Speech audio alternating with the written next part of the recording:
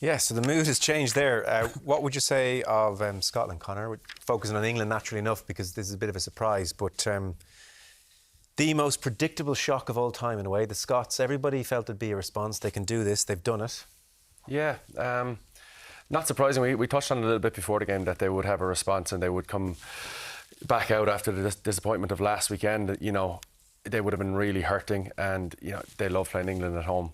You know, they've done a number on them over the last few years. So yeah, the conditions, you know, played in their hands the way they wanted to play. That wide, expansive game, but staying touched on it there, they were unbelievable in the air as well. You know, it's such a talking point about the game at the minute. You know, and I thought they, at times when they had to go to the air, they won an awful lot of ball cleanly. You know, we talked about last week about people putting one hand in the air and looking for the scraps, but they went after that area and dominated. Yeah. You said pre-game, Rob, if they win today, it's almost an indictment of the setup. And honestly, I still kind of believe it a little bit, that I don't know how a team can be so inconsistent so often in the course of 5 or 6 weeks over Six Nations. They do it time and time again. You know, they're such a frustrating team because they'll produce a performance like that tonight. And they were really good tonight. They came out of the blocks really well. They had a good game plan. They played expansively. That sort of Scottish attacking rugby that we know that they can do. They were better at set piece than they were last week. Defensively, they were strong. So they tick a lot of boxes of a really good performance. But then you contrast it against what they did last week, and you're thinking this is two completely different teams. So then you ask yourself, how do we get two completely different teams? And I think that's when, at times, you have to look at coaches and management. They've fabulous athletes when you look at their team sheet, you know what I mean? But he's right.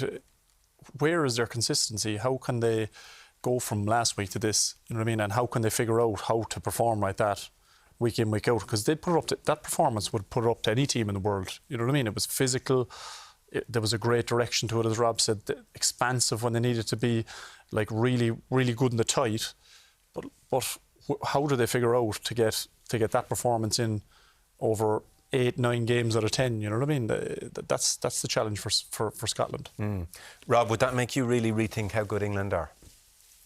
Yeah, it would. It would.